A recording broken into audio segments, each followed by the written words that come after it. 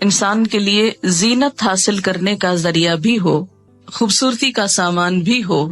عموماً ہمارے ہاں یہ تصور پایا جاتا ہے کہ اگر کوئی شخص نیک ہے، پارسا ہے، تو اسے کھدر کا لباس پہننا چاہیے یا بے ڈھنگا لباس ہونا چاہیے، یا اس کے ساتھ خوبصورتی کا کوئی تعلق نہیں۔ قرآن کی یہ آیت اس تصور کی تردید کرتی ہے۔ اگرچہ یہ ضرور ہے کہ لباس سادہ ہو، کمفرٹیبل ہو، انسان اسے پہن کر کام کر سکے، لیکن یہ نہیں کہا گیا کہ وہ دیکھنے والے کی شخصیت کو بدنما کر دے۔ جہاں تک یواری سوآتکم کا تعلق ہے تو لباس کی دو چیزیں بتائی گئیں کہ وہ شفاف نہ ہو، وصاف نہ ہو۔ شفاف کا مطلب کیا ہے؟ ٹرانسپیرنٹ نہ ہو، یواری چھپائے۔ اگر کوئی لباس جسم کو چھپاتا نہیں، یواری کی صفت پوری نہیں کرتا، تو وہ بھی اسلامی لباس نہیں۔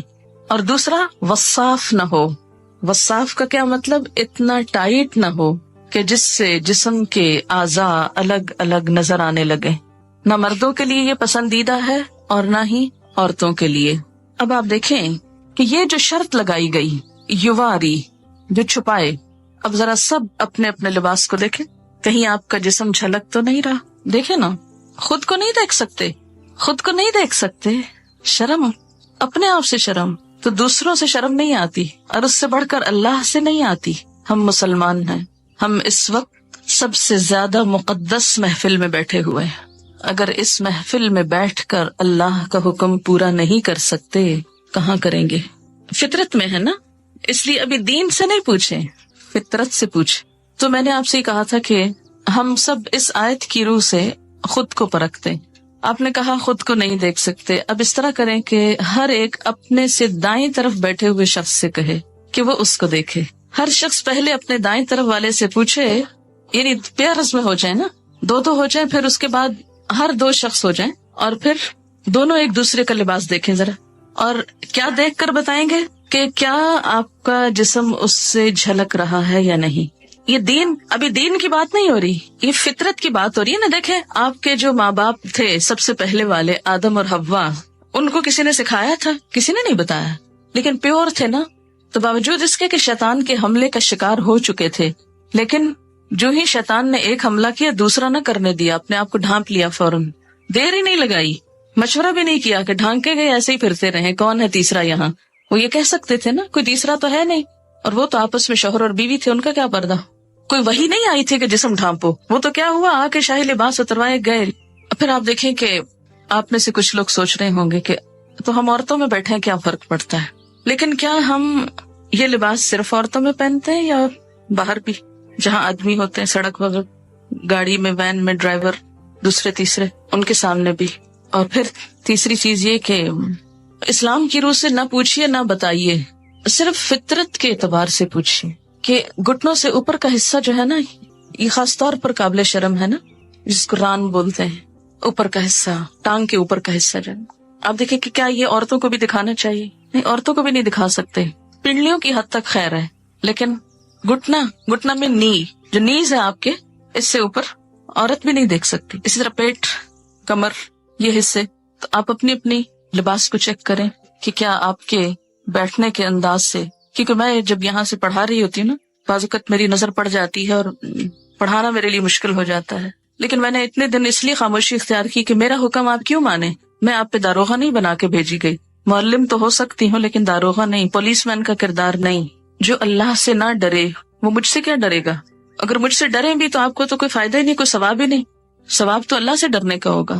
کتنا کپڑا لگ جائے گا، یا کیا ایسا مٹیریل اویلیبل نہیں؟ اگر نہیں تو اویلیبل کر لینا چاہیے، یا اس کے اوپر کچھ اور پہن لینا چاہیے جس سے وہ ڈھک جائے، کیونکہ بخاری اور مسلم کی حدیث ہے، صنفان من اہل النار لم ارہما، آگ میں جانے والوں کے دو گروہ جنہیں میں نے نہیں دیکھا، ایک گروہ ان میں سے مردوں کے بارے میں ہے، ظالم حکمرانوں کے بارے میں ہے، اور دوسرا عورتوں کے بارے میں ہے۔ حدیث کے الفاظ ہیں، یہ میرے الفاظ نہیں کہ مت سوچیں کہ آپ یہ کیسی باتیں کر رہی ہیں اور ہم کو یہ ڈرا رہی ہیں اور یہ کہہ رہی ہوں، میں تو کوئی حیثیت نہیں رکھتی کہ آپ کو کچھ بھی کہوں، نبی صلی اللہ علیہ وسلم کے الفاظ ہیں، اور جو آپ پر ایمان لاتا ہے آپ کی بات کو بھی اسے ماننا چاہیے، ورنہ تو ماننے کا کوئی مقصد نہیں۔ اور اگر ہم چاہتے ہیں کہ قیامت کے دن آپ ہماری شفاعت کرائیں آپ ہمیں حوض کوثر سے پانی پلائیں، حشر کے میدان میں جہاں اتنی گرمی ہوگی کہ ہر شخص، حدیث میں آتا ہے ہر شخص عطش پیاس کی رٹ لگائے ہوئے ہوگا، ہر شخص پسینے میں ڈوبا ہوا ہوگا، جس کی تھوڑی سی جھلک آپ کو ہلکی سی، اس سے 70 گنا 70 ڈگری ٹیمپریچر زیادہ کہہ لیں، سورج قریب ہوگا، کوئی چھت سایہ بھی نہ ہوگا سوائے رحمان کے عرش کے سائے کے، کہ جس کے نیچے مخصوص لوگ جا سکیں گے، ہر ایک نہیں پہنچ سکے گا وہاں۔ آپ صلی اللہ علیہ وسلم اپنی امت کو حوض کوثر سے پانی پلائیں گے، اور جس کو ایک دفعہ پلائیں گے دوسری دفعہ اس کو پیاس نہ لگے گی۔ ہم اپنے اس لباس میں آپ کے سامنے جا سکتے ہیں؟ مثلاً سوچئے کہ جیسے تصور میں لائیے کہ نیچے آپ صلی اللہ علیہ وسلم تشریف رکھتے ہیں اور آپ لفٹ سے اترے ہیں، سیڑھیوں سے اترے اور آگے آپ کی ملاقات ہو جاتی ہے، ان سے فیس کر سکتے ہیں ان کو، تو وہاں ان سے حوض کوثر سے پانی لے کے کیسے پئیں گے اگر ایسے عمل ہوئے؟ آپ نے فرمایا نساء کاسیات عاریات، نساء عورتیں، کاسیات لباس پہنے ہوئے، کاسیہ کسوہ سے ہے، کاسیات عاریات، عاریہ عورت سے، عاریہ ننگی عریانی سے، ایسی عورتیں جو لباس پہن کر بھی ننگی ہوں گی، obviously یعنی جسم اس میں سے جھلک رہا ہوگا۔ نساء کاسیات عاریات رؤوسہن کاسمنۃ البخت، ان کے سر اونٹ کی کوہان کی طرح اونچے اٹھے ہوئے ہوں گے، ہیئر سٹائل کی طرف اشارہ ہے کہ ان کے سر اونچے اٹھے ہوئے ہوں گے، کس طرح؟ جیسے اونٹ کی کوہان اٹھی ہوئی ہوتی، کوہان اس کی ہم کو کہتے ہیں نا وہ ابھرا ہوا حصہ ہے۔ فرمایا لا يدخلن الجنۃ، یہ جنت میں داخل نہ ہو سکیں گی، ولا یجدن ریحھا، اور اس کی خوشبو بھی نہ پا سکیں گی، حالانکہ اس کی خوشبو دور دور تک پھیل رہی ہوگی۔ تو قرآن کا یہ حکم ہمیں کیا بتاتا ہے کہ ہم ایسا لباس پہنے جس سے ہمارے سطر ڈھک جائیں۔ اسی لیے ہمیں جو دعا سکھائی گئی لباس پہن کر وہ کیا ہے؟ الحمدللہ الذی کسانی، اللہ کا شکر جس نے مجھے لباس پہنایا، ما اواری بہی عورتی، جس سے میں اپنے عریانی کو چھپا سکتا ہوں۔ تو اس دعا میں بھی یہی لفظ ہے، واتجمل بہی فی حیاتی، اور میں اپنی زندگی میں اس سے خوبصورتی حاصل کرتا ہوں۔ تو لباس کا دوسرا مقصد کیا ہے؟ وریشا، خوبصورت لباس ہو، خوبصورتی پسندیدہ ہے، لباس میں ڈیزائننگ میں حرج نہیں۔ ایک آدمی نے پوچھا یا رسول اللہ صلی اللہ علیہ وسلم، ایک آدمی کو یہ پسند ہے کہ اس کا لباس خوبصورت ہو، تو کیا یہ تکبر ہے؟ آپ نے فرمایا ان اللہ جمیل، بے شک اللہ خوبصورت ہے، یحب الجمال، خوبصورتی کو پسند کرتا ہے۔ اللہ تعالیٰ خود خوبصورت ہے، خوبصورتی کو پسند کرتا ہے۔ تکبر تو حق کو نہ ماننے اور دوسروں کو حقیر سمجھنے کا نام ہے۔ تکبر کیا ہے؟ حق کو نہ ماننا، بات سمجھ بھی آ جائے قبول نہ کرنا۔ جیسے آج یہ بات ہوئی، اب آپ میں سے کچھ لوگ اپنے عمل کو بدل لیں گے اور کچھ پرواہ بھی نہیں کریں گے، کوئی نہ کوئی تعویل ڈھونڈ لیں گے، کسی کا تو کچھ نقصان نہیں اس میں، ان کا اپنا ہی ہے۔ فرمایا تکبر تو حق کو نہ ماننا اور دوسروں کو حقیر سمجھنا ہے۔ البتہ شہرت کے لیے لباس پہننے پر وعید ہے، شہرت کا لباس، دکھاوے کا، دوسروں کو مروب کرنے کا۔ حدیث پاک میں ہے من لبس ثوب شہرت فی الدنیا البسہ اللہ ثوب مذلت یوم القیامہ، جو شخص دنیا میں شہرت کا لباس پہنے گا اللہ قیامت کے دن اسے ذلت کا لباس پہنائے گا۔ مشکات کی روایت ہے لباس قیمتی بھی ہو سکتا ہے لیکن اپنی حیثیت کے مطابق، اسراف نہ ہو، یہ نہیں کہ کھانے کو ہے نہیں اور ساری آمدنی لباس پر لگ رہی ہے، پوری کی پوری تنخواہ خواتین کی صرف لباس کی خریداری میں چلی جائے تو یہ اسراف ہوگا۔ مثلاً آپ صلی اللہ علیہ وسلم نے ایک مرتبہ ایک چادر پہنی جس کی قیمت 1000 روپے کے برابر تھی۔ اب 1000 روپے کی ویلیو بھی بدلتی رہتی ہے۔ اسی طرح امام ابو حنیفہ رحمۃ اللہ علیہ کی ایک چادر تھی جس کی قیمت 400 اشرفیاں تھی۔ 400 اشرفیاں، اشرفی کس کا سکہ ہوتی؟ سونے کا۔ تو اس سے آپ اندازہ لگائیں کہ کتنی مہنگی ہوگی۔ خاص موقعوں پہ پہنتے تھے۔ اس کا یہ مطلب نہیں کہ ہم لاکھوں کا دلہن کا جوڑا بنا کے بیٹھ جائیں کہ امام ابو حنیفہ کی چادر ایسی تھی۔ وہ جوڑا اور اس میں بہت فرق ہے۔ مسند علم پر قیمتی لباس پہن کر بیٹھنا وہ اور چیز ہے، لیکن ایک دکھاوے کے لیے، ایک ریاکاری کے لیے، دوسروں پہ روب جمانے کے لیے اتنا پیسہ خرچ کرنا بالکل مختلف چیز ہے۔ امام مالک کے حالات زندگی میں آپ نے پڑھا ہوگا کہ وہ جب حدیث کے درس کے لیے آتے تھے تو روزانہ نیا جوڑا پہنتے تھے اور ایک دفعہ پہننے کے بعد اس کو صدقہ کر دیتے تھے، یعنی جو لباس ایک دفعہ پہنتے تھے وہ دوبارہ نہیں پہنتے تھے۔ نہایت خوبصورت، صاف ستھرا، عمدہ لباس ہوتا۔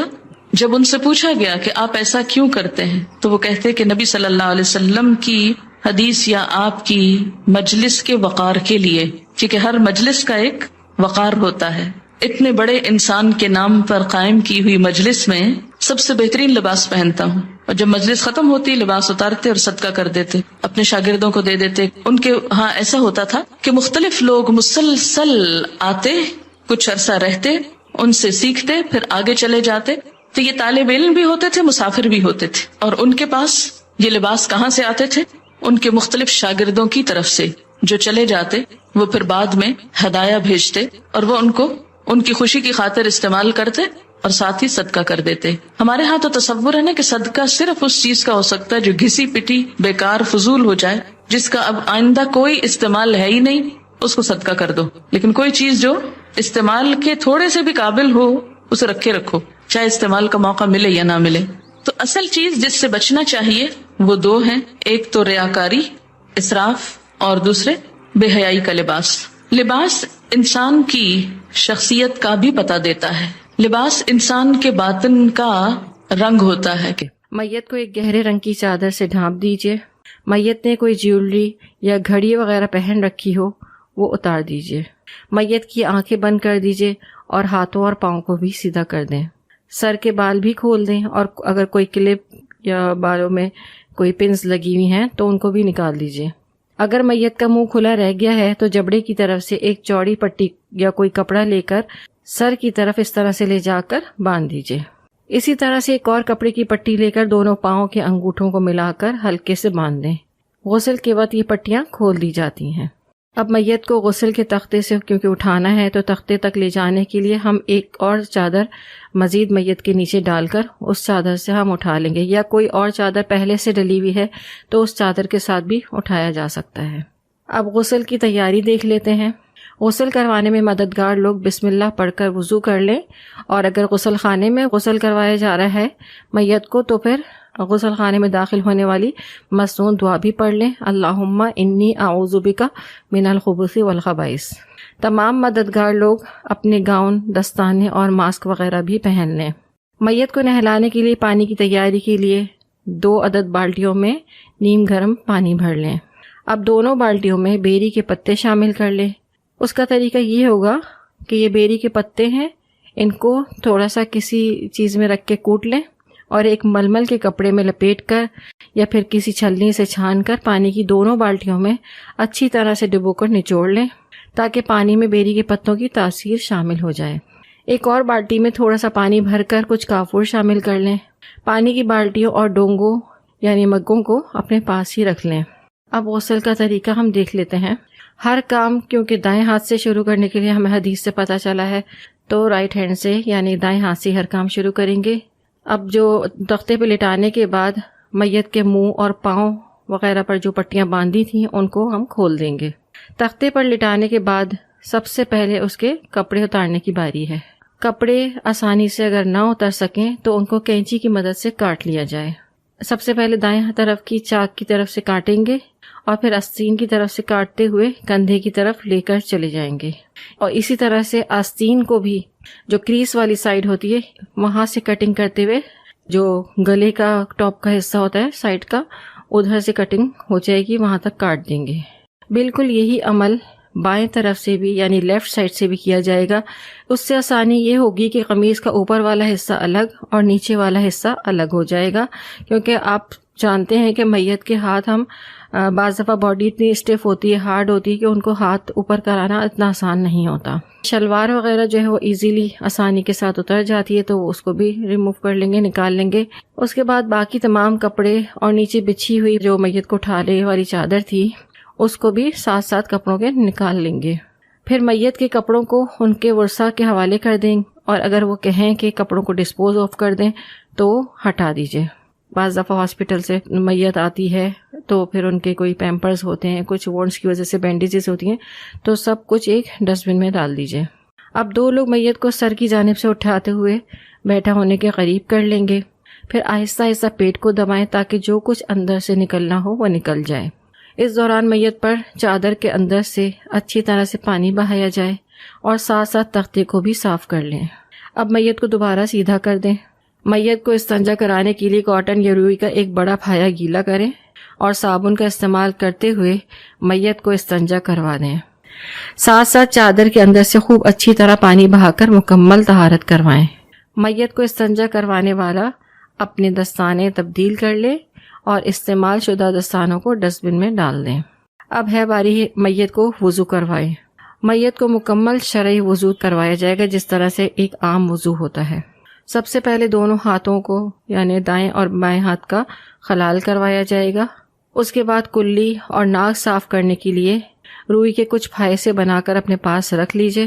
سب سے پہلے 3 الگ الگ پھایوں کو گیلا کر کے ہونٹوں اور دانتوں کو جتنا میکسیمم کھول سکتے ہیں ہلکے سے صاف کریں گے، ایک روئی سے، پھر دوسری روئی سے، پھر اسی طرح سے 3 بار کلی کرائیں گے۔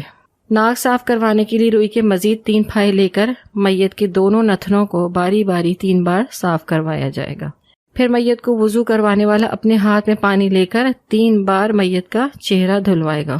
میت کا دایاں ہاتھ 3 بار کوہنی تک دھلوائیں، اسی طرح بایاں ہاتھ کوہنی تک 3 بار دھلوایا جائے۔ اس کے بعد سر اور کانوں کا مسح کروائیں گے۔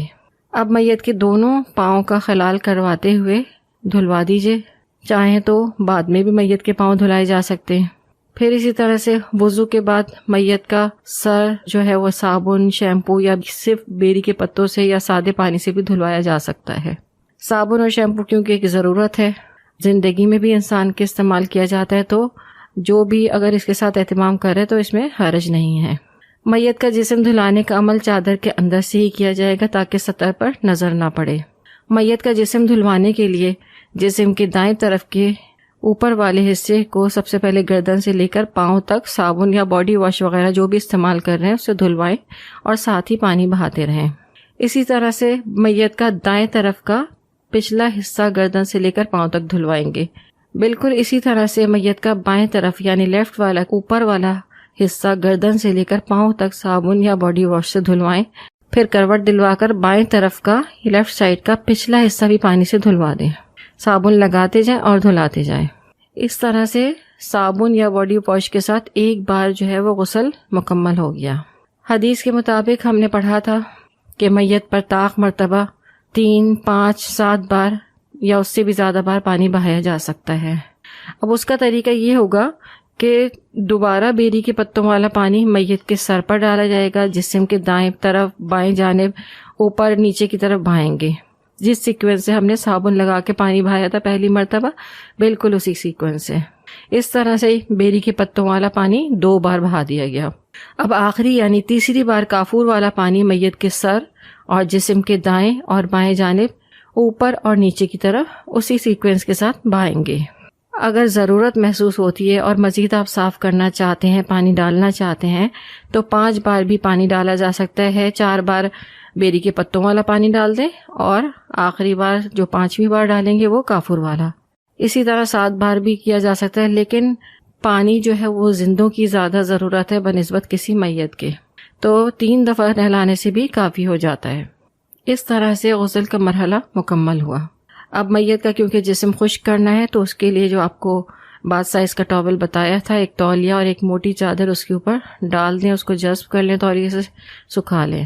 پھر اسی طرح سے ایک اور بڑی مضبوط چادر لے کر میت کے نیچے یعنی کہ جو تختہ یا سٹینڈ بچھایا ہوا ہے اس جگہ سے پانی تھوڑا سا ہٹا کے اور اس کے نیچے ایک چادر، ڈبل بیڈ شیٹ کا بھی استعمال ہو سکتا ہے، میت کو تختے پر سے اٹھا کر کفن بچھے پلنگ یا چرپائی پر لٹایا جا سکے، یعنی کہ مضبوط ہونی چاہیے وہ چادر۔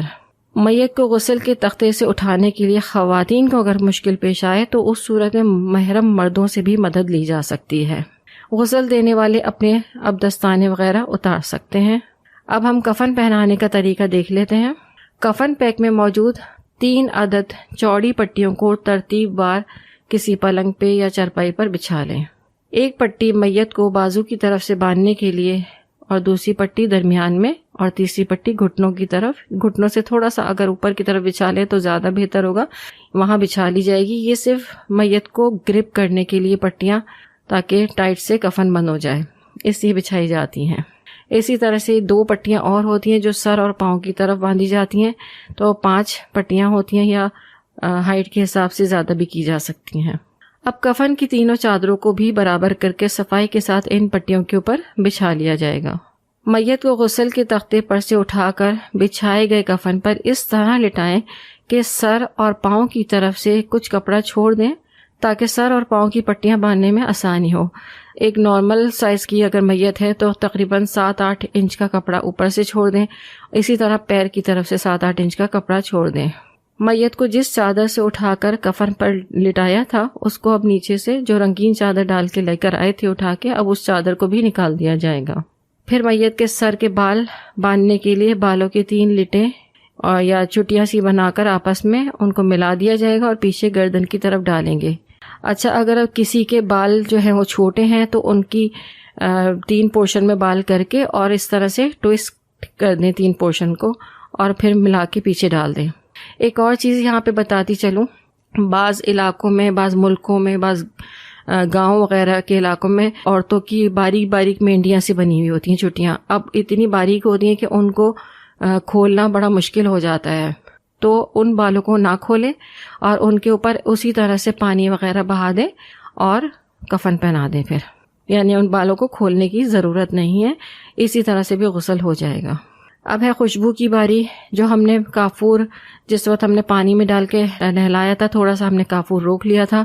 خوشبو لگانے کے لیے کافور یا کوئی بھی خوشبو میت کے سجدے والے مقامات یعنی کہ میت کا ماتھا اور ناک، دونوں ہتھیلیاں، دونوں گھٹنے، دونوں پیروں کی اوپر کی جانب، اسی طرح جسم کے بند حصوں یعنی کہ بغلوں وغیرہ میں اور گھٹنوں کے پیچھے بھی یہ کافور لگایا جا سکتا ہے یا کوئی بھی خوشبو.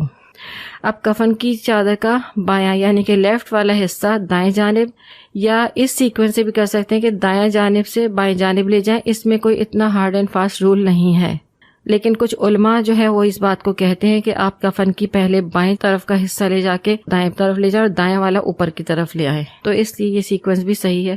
تو پہلی چادر کا بایاں حصہ دائیں جانب اور دایاں حصہ اٹھا کر بائیں جانب لا کر اچھی طرح دبا دیں، اور ساتھ ساتھ اوپر جو رنگین چادر ڈھانپی تھی اور تولیہ وغیرہ میت کا تھا اب آہستہ آہستہ 2 لوگ مل کے نیچے سے اس کو نکال دیں گے کیونکہ اب ڈائریکٹ کفن آ جائے گا اس کے اوپر.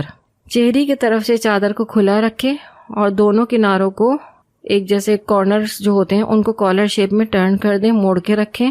میت کا سر ڈھانپنے کے لیے اب اسی پہلی چادر کا سر کی جانب پہ جو زائد کپڑا تھا اس کو ماتھے کی طرف لا کر اسکارف کی شیپ میں موڑ لیا جائے گا. اور اب چادر کے جو 2 کارنرز ہم نے موڑ کے رکھے تھے ان کو ترتیب وار دائیں سے بائیں لے جائیں اور بائیں سے دائیں پیچھے گردن کی طرف لے جا کر اچھی طرح سے دبا دیں. اب آپ دیکھیں یہ اسکارف بن گیا اس طرح سے، الگ سے ہم نے کوئی بھی کپڑا نہیں پہنایا اور پہلی ہی چادر سے اسکارف پہنایا جائے گا. اب کفن کی باقی دونوں چادروں کو بھی ترتیب بار اور دائیں سے بائیں جانب لے جائیں، بائیں سے دائیں جانب لے جائیں، دونوں طرح سے ہو سکتا ہے جیسے آپ کو پہلے بتایا. اور سر اور چہرہ سمیت ترتیب بار اچھی طرح سے ان دونوں چادروں کو بھی لپیٹ دیا جائے گا. اگر گھر والے چہرہ دیکھنے کے لیے کھول کر رکھنا چاہتے ہیں تو پھر بعد میں لپیٹے جانے والی دونوں چادریں ہیں ان کے کارنرز کو موڑ دیجئے اور چہرہ دیکھنے کے بعد پھر اس کو بھی بند کر دیں. اب کفن باندھنے کے لیے بچھائی گئی پٹیوں کو پیٹ کے اوپر رسٹ کو وغیرہ کو بھی چیک کر لیں کہ رسٹ کی طرف سے لا کے پیٹ کے سینٹر میں یہ ایک پٹی بن جاتی ہے، بازو کی طرف سے باندھ لیں. اور اسی طرح سے تیسری پٹی جو ہم نے بچھائی تھی چوڑی وہ گھٹنوں سے تھوڑا سا اوپر ہم اس کو باندھ لیں گے. پھر یہ مزید 2 پٹیاں پاؤں کی طرف سے جو ایکسٹرا کپڑا ہے اس کو ٹوسٹ کر کے ٹرن کر دیں گے اور پاؤں کے تلووں کی جانب سے ایک پٹی باندھ دی جائے گی. اسی طرح سر کے بالکل اوپر کی طرف سے ایک پٹی باندھی جائے گی. ضرورت کے تحت یہ پٹیاں طاق عدد میں 5 سے بھی زیادہ باندھی جا سکتی ہیں، یعنی کہ 5-7. یہ میت کی ہائٹ کے اوپر ڈیپینڈ کرتا ہے کہ کتنی زیادہ ہائٹ ہے میت کی، اس حساب سے پٹیاں زیادہ بھی باندھی جا سکتی ہیں. اور اس بات کا خیال ہے کہ ہر پٹی کی پھول گرا بنائی جائے گی، یعنی کہ فلاور نوٹ بنائی جائے گی، کیونکہ قبر میں جس وقت میت کو اتارا جاتا ہے ان پٹیوں کو کھول دیا جاتا ہے.